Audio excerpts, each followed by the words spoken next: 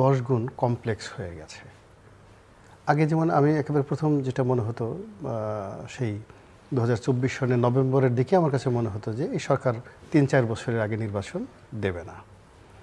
এখন সমস্যা হয়ে গেছে 3-4 বছর এই সরকার টিকবে কি টিকবে না, এই সন্দেহটা আমার আগে ছিল না, এখন আমার এই সন্দেহটা হয়ে গেছে। 2 নম্বর হলো যে এই সরকারের সততা নিয়ে, অনেস্টি নিয়ে, উদ্দেশ্য নিয়ে আমার মনে ন্যূনতম কোনো সন্দেহ ছিল। আমার কাছে মনে হয়েছে একেবারে সরল একটা স্বীকারোক্তি যে তারা হয়তো আসছে কিছু ভালো কাজ করতে চাইবে, দেশি বিদেশি কিছু প্রেশার থাকবে। উনি ডক্টর মোহাম্মদ ইউনূস ওয়েস্টার্ন ওয়ার্ল্ডের সাথে চলছেন, তো সেখানে পশ্চিমা অনেক সংস্কৃতি দ্বারা তিনি উদ্বুদ্ধ হয়েছেন, সো সেখানে তিনি সেগুলো ইন্ট্রোডিউস করতে চাইবেন। এ কারণে যৌক্তিক একটা সময় তার দরকার হতে পারে। কিন্তু তিনি যে এতটা ব্যর্থ হবেন এবং একটার সঙ্গে একটা প্যাচ লাগিয়ে ফেলবেন এবং সব ব্যাপারে নন রেসপন্সিভ, মানে কোনো রকম তার টু শব্দ নেই। মানে আমরা যেটা উপন্যাসে পড়েছি, গল্প পড়েছি, রোম যখন পুড়ছিল তিনি তখন বাঁশি বাজাচ্ছিল। তখন এর চাইতে জঘন্য একটা অবস্থা বাংলাদেশে তৈরি হচ্ছে। শাহবাগ বন্ধ, ডক্টর মোহাম্মদ ইউনূসের কোনো কথা নেই, ওনার বাসার সামনে ঘেরাও করা হয়ে গেছে, ওনার কোনো বক্তব্য নেই। এনবিআর বন্ধ, ওনার কোনো উদ্যোগ নেই। তো রাজনীতির যে সবচেয়ে বড় যে বিষয়গুলো সেটা হলো কথা বলা, রেসপন্ড করা। সেখানে প্রধানমন্ত্রী হোক, প্রধান সামরিক আইন প্রশাসক হোক, রাষ্ট্রপতি হোক, যার হাতে ক্ষমতা থাকবে মূলত জনগণ তার কথা শুনতে চায়, তার রেসপন্স দেখতে চায়। এই ভদ্রলোক গত 10 মাসে কোনো একটা বিষয় নিয়ে তিনি রেসপন্ড করেননি। এই সময়টাতে বাংলাদেশে সচিবালয়ের বিদ্রোহ হয়েছে, এই সময়টাতে আনসাররা বিদ্রোহ করেছে, এই সময়টাতে এনবিআর কতদিন বন্ধ থাকলো, এই সময়টাতে সমস্ত ব্যবসা বাণিজ্যে যারা সম্পৃক্ত, আপনি বিশ্বাস করেন দেউলিয়াত্বের যে ভয় কত বড় গ্রুপ অফ কোম্পানিজকে শেষ করে দিচ্ছে আপনি কল্পনা করতে পারবেন না। অভাব এমন একটা পর্যায়ে চলে গেছে, আপনার কাছে সম্পদ আছে কিন্তু সেই সম্পদটা বিক্রি করে নগদায়ন করে আপনি চলবেন, এইরকম অবস্থা নেই। আমাদের সমাজের যে 2-3টা শ্রেণী, এলিট শ্রেণী যেটা আছে, যারা মানে অভিজাত, কখনো মানে গত 30-40 বছর যাবত যারা কার কাছে যায় নাই, করে নাই, মানে কার কাছ থেকে কোনো কিছু আশা করে নাই, এই শ্রেণীটা অস্তিত্ব শেষ হয়ে গেছে গত 10 মাসে। আমাদের মধ্যে যারা অতি ধনী হয়ে গেছিলো, যারা Mercedes Benz, BMW, Rolls Royce চালাতেন, এখন তারা মানে কিভাবে চলবেন, ভিক্ষা করে চলবেন না ঋণ করে চলবেন না কি করে চলবেন, এই আতঙ্ক সমাজের মধ্যে চলে আসছে। অর্থাৎ পুরো একটা সমাজ রাষ্ট্রের মধ্যে একটা উথাল পাথাল সব জায়গাতে চলছে। Nobody is happy. এখানে সমাজের কাঁঠাল বিক্রেতা থেকে শুরু করে রিক্সাওয়ালা থেকে শুরু করে গ্রুপ অফ কোম্পানিজের মালিক, এরপরে আপনি সরকারি কর্মকর্তা থেকে শুরু করে একেবারে পুলিশের একজন কনস্টেবল থেকে শুরু করে পুলিশের আইজি, সবার মধ্যে অভাববোধ, নিরাপত্তাহীনতা এবং ভবিষ্যৎ নিয়ে এক ধরনের আতঙ্ক। এবং যার যার অবস্থানে থেকে প্রতিটি মানুষকে মবের আতঙ্ক তাড়া করছে। আপনি চিন্তা করেন যে আমি তো মনে করেছিলাম যে মবটা বোধহয় বন্ধ হয়ে গেছে বা নিয়ন্ত্রণ হয়ে গেছে, কিন্তু সাম্প্রতিক সময় দেখলাম যে এই যে কয়েকটা থানা আক্রমণ হলো, তারপরে খুলনার মতো একটা শহরে সেখানে একজন মেট্রোপলিটন পুলিশ কমিশনারের কার্যালয় সেখানে তালা দিয়ে দেওয়া হলো। এবং চট্টগ্রাম বিশ্ববিদ্যালয়ের যিনি ভাইস চ্যান্সেলর হয়েছেন, অ্যাজ এ অধ্যাপক হিসেবে তিনি খুবই নামকরা একজন অধ্যাপক। আমি মনে করি যে এই সময়টাতে যেই কজন বাংলাদেশের দৃশ্যত পোশাক আশাক শিক্ষা দীক্ষায় একজন নামকরা অধ্যাপক, তার মধ্যে চট্টগ্রাম বিশ্ববিদ্যালয়ের ভাইস চ্যান্সেলর একজন অন্যতম প্রধানতম ব্যক্তি। তো তার মতো লোক যে অপমানিত হলেন, লাঞ্ছিত হলেন এবং তাকে যেভাবে মব তৈরি করা হলো, এটা আসলে মানে আমার কাছে মনে হচ্ছে যে 10 মাস আগের যে পরিস্থিতি তার চেয়ে আরও বেশি খারাপ হয়ে গেছে। 2 নম্বর হলো যে 10 মাসে ডক্টর মোহাম্মদ ইউনূস তার যে অভিজ্ঞতা হওয়া দরকার ছিল, তার প্রতি যে নির্ভরতার দরকার ছিল এবং তাকে যতটা প্রফেশনাল ওয়েতে রাষ্ট্র পরিচালনার ক্ষেত্রে তার যতটা দক্ষতা প্রদর্শন করা উচিত ছিল, পুরো যিনি এলোমেলো করে ফেলেছেন। এখন তিনি কি বলছেন তিনি নিজেও জানেন না। আমি তো এখন পর্যন্ত ওনার একটা কথা বুঝতে পারিনি। আমি ওনার চোখের দিকে তাকিয়ে, আমি এতদিন যাব, দেখেন আমি বাংলাদেশে এরশাদ সাহেবের মতো একটা মানুষ, তার সাথে দীর্ঘদিন চলেছে, আপনিও চলেছেন, দেখেন মেজানুর রহমান চৌধুরী সাহেবের মতো লোককে দেখেছি, কত মন্ত্রী এমপি, একজন সাংবাদিক হিসেবে দেখলাম, ব্যবসায়ী হিসেবে দেখলাম, ডক্টর মোহাম্মদ ইউনূসকেও আমি দেখেছি, কিন্তু এই গত 10 মাসে একই নতুন ডক্টর ইউনূস সাহেবকে দেখছি। আমি তো তাকে চিনি না, তার কোনো কথা আমি বুঝতেছি না, তার আই কন্ট্যাক্ট দিয়ে আমি বুঝতে পারছি না তিনি কি আসলে একটা নির্বাচন দিতে চান, তিনি কি আসলে থাকতে চান, তিনি কি লোভী না নির্লোভ, তিনি কি আসলে শক্তিমান না দুর্বল, তিনি কি অসহায় না দুর্বল, তিনি কি চলে যাবেন না থাকবেন, নাকি তিনি সেই আগের মতো সেই রাজনীতি করবেন না আবার রাজনীতি ছেড়ে চলে যাবেন। এই যে দেখেন আমার মতো একটা জায়গাতে বসে, ইট মিনস মানে গত 10 মাসে আমি মানসিকভাবে আপনি নির্বাচনের পরিবেশটি আমরা নির্বাচন তো পরের ব্যাপার। ফার্স্ট থিং হলো যে আমি নির্বাচন তো পরের ব্যাপার। আমি আগে যেটা বললাম যে একজন রিক্সাওয়ালা সে কালকের স্বপ্ন দেখতে পারছে না। একজন গ্রুপ অফ ইন্ডাস্ট্রি যার কোম্পানিতে 50,000 লোক চাকরি করছে সে বেঁচে থাকার কোনো আগ্রহ পাচ্ছে না। একজন ব্যাংকার, সে একটা ব্যাংকের মালিক, সে তার ব্যাংকটা বেঁচে আর থাকবে কিনা সে জানে না। আপনি নির্বাচন চান না? নির্বাচন তো প্রশ্নই আসে না। আমি তো আমার যে নিজের অস্তিত্ব, আমার যে টিকে থাকা। কবে দেখেন আপনি নির্বাচন? আমি পুরো আমাদের জাতিসত্তা, আমাদের ভৌগোলিক যে অখণ্ডতা, আমাদের জাতিসত্তা, ভৌগোলিক অখণ্ডতা, আমাদের যে রাজনৈতিক চরিত্র, এই পুরোটাই বোধহয় আমার কাছে মনে হচ্ছে পাল্টে যাচ্ছে এই সময়টাতে। এবং এর সাথে মানে ঘটনা হলো যে আপনি দেখেন আমরা 3-4টে বিষয় নিয়ে তর্ক করতাম, বিতর্ক করতাম। সেটা হলো যে কেউ ধর্মভিত্তিক রাজনীতি করতেন একটা গ্রুপ, আরেকটা হলো বাঙালি জাতীয়তাবাদ, আরেকটা হলো বাংলাদেশের জাতীয়তাবাদ। এখন সব বাদ। এখন এই জিনিসগুলো বিতর্কের মধ্যেই নেই। তাহলে রাজনীতির যে নীতি এবং আদর্শ নেই। এখন আপনি রাষ্ট্রের পক্ষ থেকে কে ওই যে উপদেষ্টা তারাও বলল আমাদের মানচিত্র পরিবর্তন হয়ে যেতে পারে। কে যেন একদিন বলল, ক্যান ইউ ইমাজিন? সঙ্গে সঙ্গে তো ওই যে বলেছে এই কথা অ্যারেস্ট হওয়া উচিত তার সাথে সাথে। এই ধরনের কথা তো ঠিক না, এই কথাগুলো তো শুনতে হচ্ছে। আমাদের দেশে এখানে এই মানবিক করিডোরের কথা বলা হচ্ছে। চট্টগ্রাম বন্দর বিদেশিদের হাতে ডিপি ওয়ার্ল্ডের সাথে যখন দেওয়া হচ্ছে, এর জন্য স্বয়ং মন্ত্রী যিনি আছেন তিনি বলতেছেন যে এখন এত বড় বড় কথা বলতেছেন, তখন তো বলেন নাই। তখন যে রেলের ট্রানজিট দেওয়া হয়েছে তখন আপনার কোথায় ছিলেন বলেন তো? ব্রিগেডিয়ার শাখাওয়াতের মতো আমরা যারা মিডিয়া বান্ধব মনে করি, এবং ওই যখন তার মন্ত্রিত্ব চলে গেল স্বরাষ্ট্র মন্ত্রণালয় থেকে অন্য জায়গায় নিয়ে গেল, আমরা সবাই বিরোধিতা করেছি। তার মতো মানুষ একই ভাষায় কথা বলছেন। এই 10 মাস আগে তো ব্রিগেডিয়ার শাখাওয়াত এমন ছিলেন না। হ্যাঁ, তিনি যেখানে তার মতো করে কথা বলবেন। আবার এই যে এটা রাষ্ট্রীয় সংস্থা, চট্টগ্রাম বন্দরের মতো একটা কমপ্লেক্স জায়গা, আমি এই বন্দরের অপারেশনের সাথে গত 30 বছর যাবৎ জড়িত। আমাদের মধ্যে পলিটিশিয়ানদের মধ্যে বোধ হয় সাবির হোসেন চৌধুরী, সালাউদ্দিন কাদের চৌধুরী এরকম 2-1জন আছেন যারা আমার মতো এরকম, ও সাদাত হোসেন সেলিম আছেন, অল্প কয়েকজনকে চট্টগ্রাম বন্দরের সাথে জড়িত। চট্টগ্রাম বন্দরের জন্য অপারেশনের জন্য নৌবাহিনী নিয়োগ করা হচ্ছে। এটা যে একটা কত বড়, বাহিনীটাকে শেষ করে দেবে। এখানে পরতে পরতে দুর্নীতি, পরতে পরতে অন্যায়, পরতে পরতে কম্প্রোমাইজ। এখন এখানে কোনো কমান্ড থাকবে না। নৌবাহিনী একটা কমান্ডিং ফোর্স, সে গিয়ে যখন দেখা যাচ্ছে যে বাম পকেটে 200 টাকা ঢুকিয়ে দিতেছে, একটা লেবারের সঙ্গে তার মামা, লেবার একজন ব্রিগেডিয়ারকে বলতেছে মামা আসেন, কী অবস্থা আসেন। আর একজনে দেখা যাচ্ছে বন্দরের মধ্যে নেমে যে বিয়ার খেয়ে সে এসে কাজ করতেছে, সে বিয়ার খেয়ে একজন কমোডরের সাথে সে গলাগলি ধরে হাঁটতেছে। এটা চট্টগ্রাম বন্দরের ব্যবস্থা। আমরা তো একটা বাহিনীকে শেষ করতে যাচ্ছি। এমনকি আমি প্রথম থেকে যে চট্টগ্রাম বন্দরের চেয়ারম্যান পদে নৌবাহিনীর কর্মকর্তাদেরকে নিয়োগ দেয়, ইটস এ রং ডিসিশন। এটা কখনো কোনো দেশে নাই। তো সেখানে এই সরকারের আমলে ভালো কিছু তো হচ্ছে না। সেখানে প্রত্যেকটা জায়গাতে আমাদের যে পিলারগুলো রয়েছে, রাষ্ট্রের যে পিলারগুলো, সে তো পিলার ধরে টান দিয়েছে, প্রত্যেকটা পিলার ধরে টান দিয়েছে। নির্বাচন ইলেকশন এগুলো তো অনেক ব্যাপার। আপনারা দেখেন না, কিন্তু আপনারা দুজনই সেই অর্থে দেখছেন না। কিন্তু আমার পরের প্রশ্নগুলো নির্বাচন লক্ষ্য করছেন। প্রথমত যে এখানে সংস্কারের নামে, তারপর এখানে ঐক্যমত্যের নামে যে সময় ক্ষেপণ করা হচ্ছে, এটি রাষ্ট্রীয় অর্থের অপচয়। এবং আমাদের যে জনগণের যে ধৈর্য, এই ধৈর্যের বাঁধ ভেঙে দেওয়ার মতো একটা পরিস্থিতি তৈরি হয়েছে। আমরা যখন এই দৃশ্য দেখি টেলিভিশনে, প্রথমে 1-2বার দেখেছি, এখন ওই টেলিভিশনের দিকে কেউ তাকায় না। এর কারণ হলো যে যখন কোনো একটা জায়গাতে ভালো কিছু হয় তখন ওটা নিয়ে একটা আগ্রহ তৈরি হয়। যারা বক্তা, যারা আলোচক, এদের উভয়ের মধ্যে একটা অ্যাডাপশন তৈরি হয়, একটা সম্পর্ক তৈরি হয়।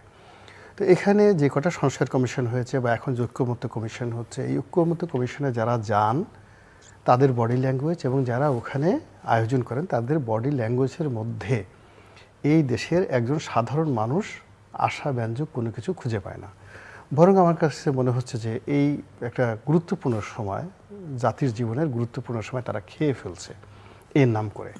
দ্বিতীয়ত হলো যে এখানে রাষ্ট্রীয় অর্থের অপচয় হচ্ছে।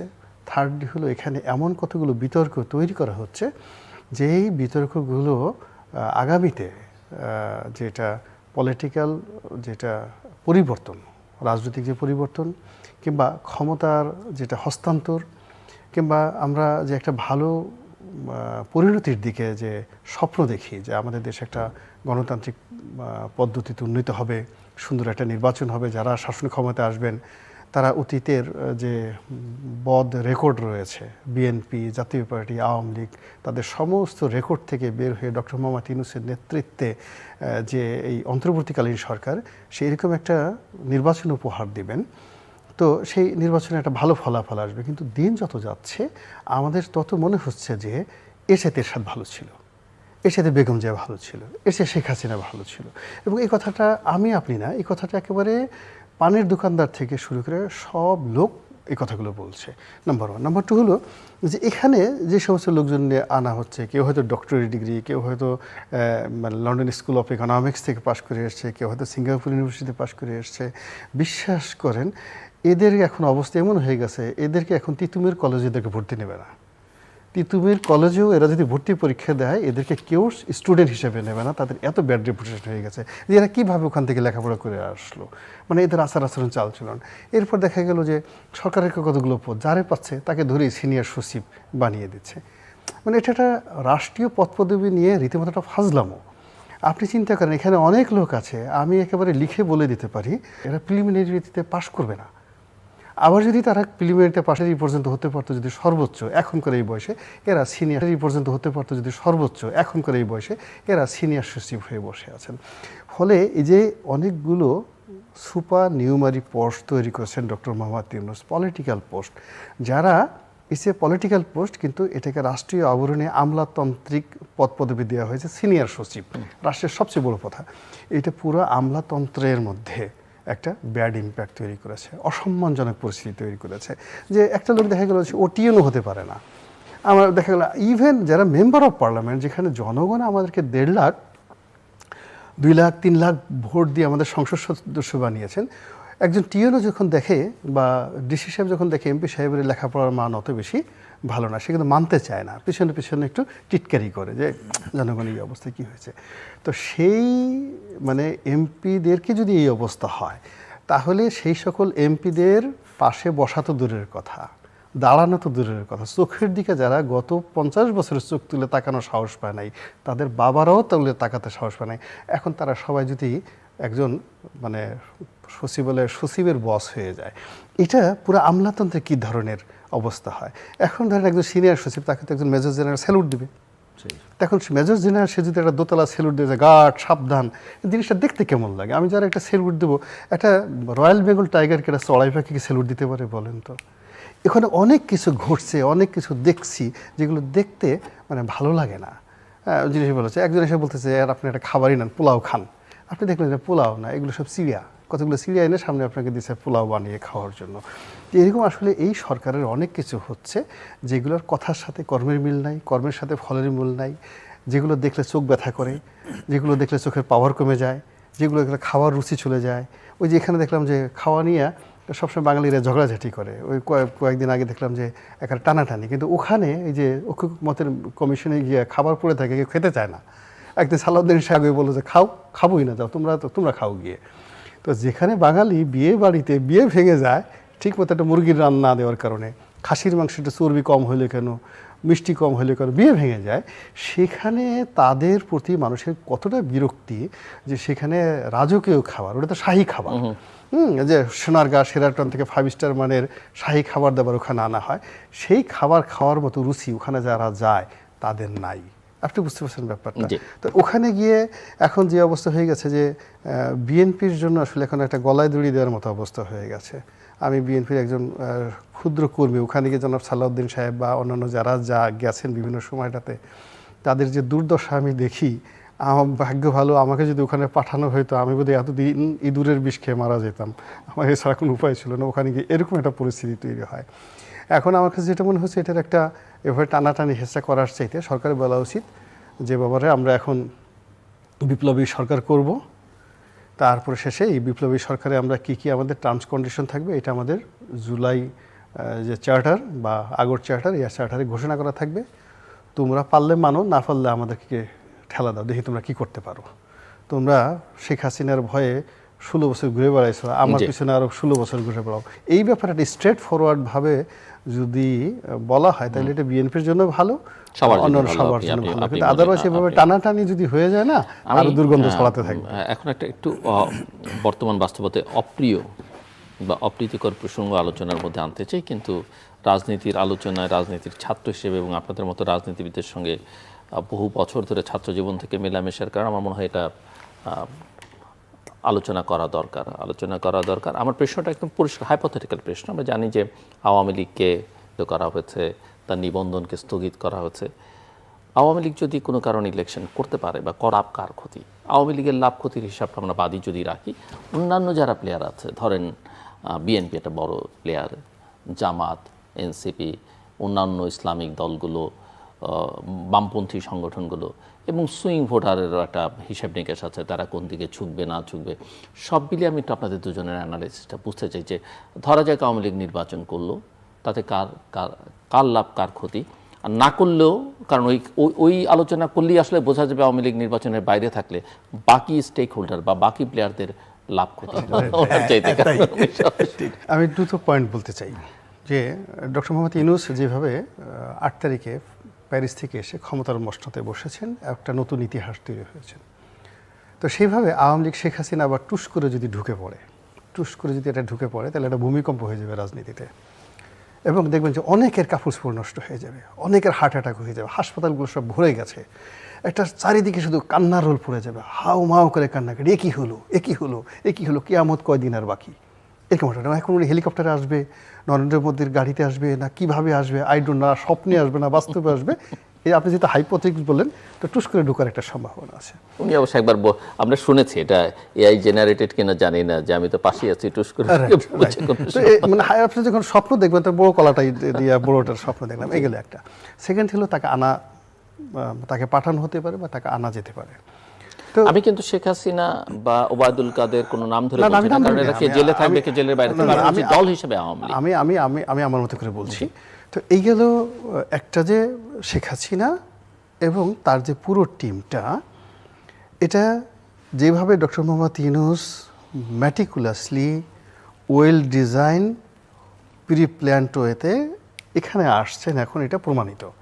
এইভাবে শেখ হাসিনার প্রত্যাবর্তনটাও ম্যাটিকুলাস, মানে প্রি প্ল্যান্ড ওয়েতে কারো দ্বারা ইনফ্লুয়েন্স যদি হয়ে যায়, তাহলে এক ধরনের মানে বাংলাদেশের রাজনীতিতে কিয়ামত এবং বিএনপির অস্তিত্ব থাকবে না বাংলাদেশে, যেটা আমি বলছি। বিএনপির অস্তিত্ব থাকবে না, এর কারণ হলো বাংলাদেশ থাকবে জামাত, এনসিপি, জামাত থাকবে, এনসিপি লাভবান হবে, এমনকি ডক্টর মোহাম্মদ ইউনূসেরও লাভ হবে আওয়ামী লীগ আসলে মানে যদি এইভাবে হয়। এর কারণ হলো এই যে সারা বাংলাদেশে খুব ম্যাটিকুলাসলি যে কাজটা করা হয়েছে, এই যে শেখ হাসিনার বিরুদ্ধে 300, 400, 500 যে হত্যা মামলা দিয়েছে, কারা দিয়েছে? সব তো বিএনপি লোক দিয়েছে। আওয়ামী লীগের যারা লোকজন, এই যে যাকে চাঁদাবাজি, যা দখল টখল কারা করেছে, বিএনপি লোক দিয়ে করানো হয়েছে, বা বিএনপি লোক করেছে। বিএনপিকে টোটালি মাঠে আওয়ামী লীগের যে রাইভাল করে দিয়েছে, এটা এখন পর্যন্ত বিএনপির কেন্দ্রীয় কমান্ড বুঝতে পারে না। কিন্তু যখন আওয়ামী লীগ চলে আসবে, ফার্স্ট এসে সে কিন্তু জামাতের ধরবে না, জামাত আগেই তাকে ক্ষমা করে দিয়েছে। জামাত তো আগেই তার সঙ্গে তাকে ফিসিবিলে বলে দিয়েছে, তার সঙ্গে সে গলাগুলি করে সমস্ত কিছু করে সব কিছু আছে। এনসিপি বললো যে আমরা কচি খোকা, আমরা তো এই কাজগুলো করেছি, আমরা আপনার সন্তানের মতো, আপনি তো আমার মায়ের মতো। সেখানে আমার ভাষা চেঞ্জ হয়ে গেছে। ডক্টর মোহাম্মদ সুন্দর, অত সুন্দর করে যদি তিনি এটা হাসি দেন, সেখানে বাবার সাধ্য আছে তার সাথে রাগ করার। He has a that's magical smiling face. তো এটা একটা নতুন, এবং সবচেয়ে বড় ব্যাপার হলো ডিপ স্টেটের একটা মানে terrorism, counter terrorism, intelligence, counter intelligence থাকে। দেখবেন যে এই মুহূর্তে যারা শেখ হাসিনাকে সবচেয়ে বেশি গালাগালি করছে দেশে এবং দেশের বাইরে, যারা সবচেয়ে বেশি ভারতকে গালাগালি করছে, মোদিকে গালাগালি করছে দেশে এবং দেশের বাইরে, তারা যে মোদির লোক না, শেখ হাসিনার লোক না, এইটা আপনি বুকে হাত দিয়ে বলতে পারেন না। এটাই হলো যাকে বলা হয় ইন্টেলিজেন্সের একটা নিয়ম। এবং ওই লোকগুলো দেখা গেল 100 দিন গালাগালি করে অল অন এ সার্টেন এরকম একটা কথা মুখ দিয়ে বলবে, সমস্ত লোক যখন বলবে হ্যাঁ ঠিকই তো, সেইটাই তো ঠিক। ফলে যার জন্য শেখ হাসিনার প্রত্যাবর্তন যদি আসে, আওয়ামী লীগের অংশগ্রহণ যদি আসে, তাহলে বিএনপি সবচেয়ে বেশি ক্ষতিগ্রস্ত হবে। আর যদি লাভ হয় ভবিষ্যতে, যদি দুটো ফর্মেট হলো শেখ হাসিনা উইথ শেখ হাসিনা আওয়ামী লীগ, আর উইদাউট শেখ হাসিনা শেখ পরিবার, রিফাইন্ড মানে মনে করেন ধরেন একটা আওয়ামী লীগ হলো বাংলাদেশে, সেটা যে কোনো একটা লোকের নেতৃত্বে, এবং সেক্ষেত্রেও এনসিপি, জামাত এবং ডক্টর মোহাম্মদ ইউনূস তাদের লাভ হবে এবং বিএনপি ক্ষতিগ্রস্ত হবে, এবং এটাই হলো ম্যাথ এবং আফটার ম্যাথ। এর বাইরে আমি অন্য কোনো কিছু দেখছি না। সো আমি যদি আপনার কাছে একটু বুঝতে চাই যে জুলাই আগস্ট এখানে ওই যে ন্যাশনাল চার্টার, জুলাই চার্টার এগুলো হবার কথা, এবং এক ধরনের বিভাজন বিভেদ আমরা লক্ষ্য করছি।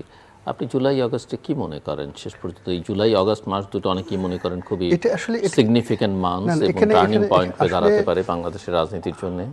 মানে ঘোষণা দিয়ে কখনো মারামারি করা যায় না, মানে ঘোষণা দিয়ে কখনো মারামারি করা যায় না, প্রকৃতির একটা খেলা খেলে। জুলাই আগস্ট এমনি যেহেতু আমাদের দেশে বেশ কয়েকবার অনেক দুর্ঘটনা ঘটেছে, এটা আকাশের গ্রহ নক্ষত্র বৃহস্পতির অনেক খেলাধুলা থাকে। এখন শেখ হাসিনার পতন কেন জুলাই মাসেই আগস্ট মাসেই হতে হবে, বঙ্গবন্ধুর পতন কেন এই আগস্ট মাসে হতে হবে, যার জন্য এখানে জুলাই আগস্টকে নিয়ে এ ধরনের একটা প্রাকৃতিক আতঙ্ক তো সবার মধ্যেই আছে। এই গেল এক। 2 নম্বর হলো যে যেখান থেকে মানুষের উত্থান হয় ওখানেই পতন হয়। আপনি দেখেন যে শেখ হাসিনার খুব একটা তেলে ঝুলে একটা ভাবসাব ছিল, তার মানে সেই বিদেশে গেলে এসেই তার একটা সাংবাদিক সম্মেলন করতে হবে, সব কিছু ইত্যাদি করতে হবে, এবং ওই জায়গাতেই তার পতন হয়েছে। এখন এই যে জুলাই এবং আগস্টের মাধ্যমে এই ডক্টর মোহাম্মদ ইউনূস এবং বর্তমান সরকারের যে উত্থান হয়েছে, ফলে এই জুলাই আগস্টেই তাদের পতন হবে। এই বছর হোক, তারপরের বছর হোক, তারপরের বছর হোক, এটা আপনি লিখে রাখেন। এটা হলো প্রকৃতি, যেখানে যার উত্থান সেখানে তার পতন। ওই যেমন বলে না, কবরে রাখার সময় মিনহা খালাকনাকুম ওয়া ফিহা নুইদুকুম ওয়া মিনহা নুখরিজুকুম তারাতান উখরা। হে মানুষ, তোমাকে মাটি থেকে তৈরি করা হয়েছিল, আবার এই মাটির মধ্যেই তোমাকে ঢুকিয়ে দেওয়া হলো, আবার যখন প্রয়োজন হবে এই মাটি থেকে তোলা হবে। ফলে এই জুলাইতে যার উত্থান হয়েছে, আগস্টে যার উত্থান হয়েছে, এইখানে তার পতন হবে। এটা হলো প্রকৃতির নিয়ম। ফলে এটা নিয়ে ওনাদের একটা টেনশন আছে, চিন্তার কারণ আছে। কিন্তু এইটা নিয়ে যে এই যে যেটা জুলাই আগস্টের যে চার্টারের কথা যা কিছু বলা হচ্ছে, এটা হয়তো 2024 সনে সম্ভব ছিল, 2025 সনে এটা কিছুই হবে না। যেমন দেখা গেল যে সময়টাতে 32 নম্বর ভাঙা হয়েছে, যে সময়তে গণভবন ভাঙা হয়েছে, গণভবন যেদিন ভেঙেছে তার অর্ধেক শক্তি প্রয়োগ করলে ওই দিন বঙ্গভবন ভাঙা হয়ে যেত, কিন্তু পরবর্তী কিন্তু বঙ্গভবন ভাঙা যায়নি। ফলে গত বছর 2024 সনের জুলাই আগস্টের যে চার্টার বা যে স্বপ্নটা বলা হচ্ছে যে শহীদ মিনারে গিয়ে একটা নতুন বিপ্লবী সরকার, এটা একেবারে শুয়ের পিছন দিয়ে একটা উট ঢোকা যতটা খুব সহজ ব্যাপার, তার সেটা কঠিন ব্যাপার আমার কাছে এটা এই সময়টাতে মনে হচ্ছে। ফলে এটা নিয়ে আমার কোনো টেনশন নেই। আমি এখানে ভয় পাচ্ছি প্রকৃতিকে, যে তোমার যেখান থেকে শুরু সেখানে তোমার শেষ হয়ে যাবে। এখন কিভাবে শেষ হবে? শেখ হাসিনা যেমন শেষ হয়েছে, সেখানে এই বিদেশে যেতে ঘন ঘন। ডক্টর মোহাম্মদ ইউনূসের সবচেয়ে বড় দুর্বলতা কি? তার দুর্বলতা হলো সে সবসময় মানুষকে দেখিয়েছে যে সারা দুনিয়া তার বন্ধু, অমুক প্রেসিডেন্ট তার বন্ধু, অমুক লোক তার কথাবার্তা শুনে। এখন ওই জায়গা থেকে তার যে কোঅপারেশনের পরিবর্তে যখন ডিসকোঅপারেশনটা শুরু হয়ে যাবে, এবং এটা আলটিমেটলি শুরু হয়ে গেছে। আপনি দেখেন বাংলাদেশে এই যে একটা জাতিসংঘের মানবাধিকার কমিশন একটা অফিস করা হচ্ছে, ভালো কথা। এখন এটা যে বুমেরাং হবে এটা তো আমরা বুঝতে পারছি আমাদের জন্য, কারণ এটা এসে প্রথমে যে কাজটা করবে যে এই যে জুলাই আগস্ট মাসে যে হত্যাকাণ্ডগুলো হয়েছে সেগুলো সব তারা করবে, এবং এগুলো করলে কাদের বিরুদ্ধে যাবে? সরকারের বিরুদ্ধে যাবে, আর্মির বিরুদ্ধে যাবে, পুরো টানাটানি। এবং এখানে এই যে এখন যে সমকামিতা নিয়ে যে সমস্ত কথা হচ্ছে, এবং যিনি দায়িত্বপূর্ণ আসছেন, যেটি নিয়ে বিবিসিতে পর্যন্ত রিপোর্ট হয়েছে, বাংলাদেশের মধ্যে একটা কনজারভেটিভ সোসাইটিতে এরকম একজন সমকামী কর্মকর্তা জাতিসংঘ নিয়োগ দিচ্ছে, মূলত এই দেশকে আরও মানে এটা যেটা মানে জঙ্গি দেশ, মানে আলটিমেটলি দেখুন 3-4টা ঘটনা। মানে এই দেশের মানুষ যারা ধর্মপ্রাণ মানুষ তারা রাগ হয়ে যাবে, রাস্তায় নামবে, এরকম একটা পরিস্থিতি তৈরি হয়ে যাচ্ছে। 2 নম্বর হলো মালয়েশিয়াতে যে জঙ্গি গ্রুপটা ধরা পড়েছে, হ্যাঁ, আইএসআই যে জঙ্গি গ্রুপটা ধরে পড়েছে, সেই গ্রুপটা যাদের নাম বলছে সেখানে ইন্ট্রোগেশনে যাদের নাম বলছে, এখানে বাংলাদেশের অনেক রাজনীতিবিদদের নাম চলে আসছে, অনেক রাজনৈতিক সংগঠনের নাম চলে আসছে, যাদের সঙ্গে ডক্টর মোহাম্মদ ইউনূসের খুব ভালো সম্পর্ক। ফলে কি হচ্ছে, এই যে তার সাথে যে বন্ধুত্ব, আনোয়ার ইব্রাহিমের যে বন্ধুত্ব, এই বন্ধুত্ব থাকবে না। ওখানে আমাদের যে সুযোগ ছিল সেই সুযোগটা নষ্ট হয়ে যাচ্ছে। যেখানে ইম্মানুয়েল ম্যাক্রোর সঙ্গে তার এত ভালো সম্পর্ক, সেই ইম্মানুয়েল ম্যাক্রোর সঙ্গে সে তো ফ্রান্সে যেতে পারেনি, সে তার সঙ্গে দেখা করতে পারেনি, সে